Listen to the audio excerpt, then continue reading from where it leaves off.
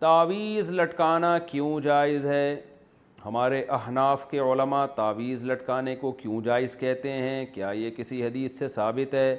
جبکہ دوسری طرف اہل حدیث علماء اس کو شرک کہتے ہیں، جو سب سے بڑا گناہ ہے۔ اور اس کی مضبوط دلیل بھی ہے کہ حدیث میں آتا ہے کہ جس نے تعویذ لٹکایا اس نے شرک کیا۔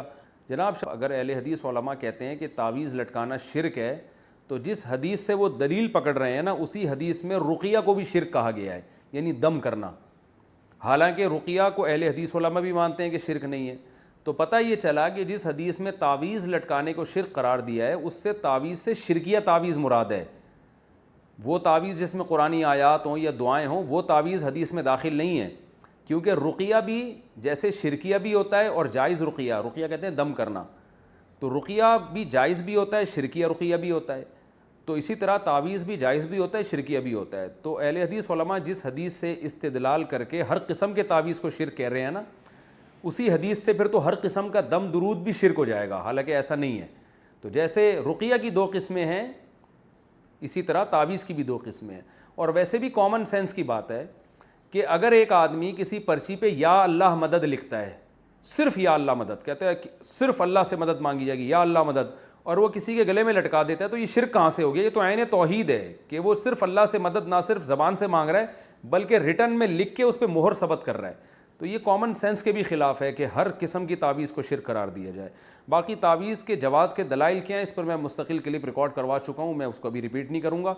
پھر بھی ایک بات ضرور ہے کہ یہ عمل پسندیدہ نہیں ہے، بہرحال یہ ذہن میں رکھیں۔ اللہ سے مدد مانگیں زبان سے، پرچی لکھ کے لٹکانے کی کیا ضرورت ہے، بس زبان سے مدد مانگیں، اس کی زیادہ فضیلت ہے، دعا کی فضیلت ہے۔ جو لوگ تعویذ گنڈوں میں پڑھتے ہیں تو وہ میں نے دیکھا ہے ان کا ایمان بہرحال کمزور ہو جاتا ہے اور وہ اسی میں لگے رہتے ہیں۔ تو اس لیے ہمارے علماء بھی اس کی گنجائش دیتے ہیں کہ اگر لوگوں کو تعویذ نہ دیا جائے تو وہ خالصتاً پھر جاہل پیروں کے پاس جا کے شرکیہ تعویذ لینا شروع کر دیتے ہیں، ورنہ یہ عمل شریعت میں کوئی زیادہ پسندیدہ نہیں ہے۔ نبی صلی اللہ علیہ وسلم نے فرمایا میری امت کے 70,000 لوگ ایسے بغیر حساب کتاب کے جنت میں داخل ہوں گے جو تعویذ اور رقیہ وغیرہ سے بچا کرتے تھے۔ تو امام نووی رحمہ اللہ نے اس کی تشریح میں لکھا ہے کہ جو جائز تعویذ سے بھی بچتے ہیں وہ اس میں داخل ہیں۔ بہرحال تشریح میں حدیث کی اختلاف ہے۔ تو الحمدللہ میرا اپنا عمل یہ ہے کہ کیسی گھر میں بیماری آ جائے، کچھ بھی ہو جائے، میں الحمدللہ کبھی پرچی نہیں لٹکاتا، نہ بچوں کو میں نے کبھی تعویذ لٹکانے دیا ہے۔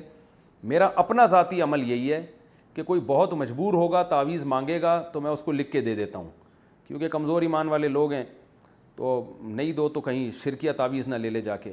اپنا عمل یہ ہے کہ میرے جتنے بچے ہیں، میں خود بھی، گھر والے بھی، میں کبھی کسی کو تعویذ نہیں پہننے دیتا۔ اس کو میرے ہاں تو ایسا ہے جیسے یہ پتہ نہیں کتنا بڑا جرم کر لیا کہ بھائی ہم کیوں ان چکروں میں تعویذ گنڈوں میں پلیتوں ان چکروں میں کیوں پڑیں۔ کوئی میں کبھی دیکھتا ہوں بچے اپنے ننیال گئے کہیں، کوئی پرچی تعویذ لٹکا کے لے آیا، ادھر ہی میں ایسے پکڑ کے ایسے کھینچتا ہوں اس کو، بولتا ہوں کچھ بھی ہو جائے، بھلے جن چڑیل بھوت ہی آ جائے، اللہ نہ کرے بھوت بھی آ جائے گا پھر بھی تعویذ نہیں لٹکانا، جاؤ ایسی کی تیسی۔ ایسے انسان تمیز زندگی گزارے، کچھ نہیں ہوتا انشاءاللہ کوئی جن چڑیل بھوت، اور پھر جن چڑیل بھوت خود ہی اپنا راستہ تبدیل کر لیتے ہیں، آتے ہی نہیں۔ وہ دیکھتے ہیں ایسے لوگوں کو جو اس قسم کے کمزور ایمان ہوتا ہے نا، وہیں زیادہ آتے ہیں۔ تو ان چکروں میں نہ پڑیں۔ جو سنت عمل ہے، سورہ فلق، سورہ ناس رات کو ہاتھ پہ دم کر کے اپنے اوپر پھیر لیا کریں، بچوں پہ پھیر لیا کریں۔ مشہور دعا ہے اعوذ بکلمات اللہ التامہ من کل شیطان وہامہ ومن کل عین لامہ، یہ دعائیں پڑھا کریں۔ بسم اللہ الذی لا یضر مع اسمہ شیء فی الارض ولا فی السماء وہو السمیع العلیم۔ خاندانی دعائیں بس یہ پڑھا کریں، کافی اتنا۔ اللہ تعالی عمل کی توفیق عطا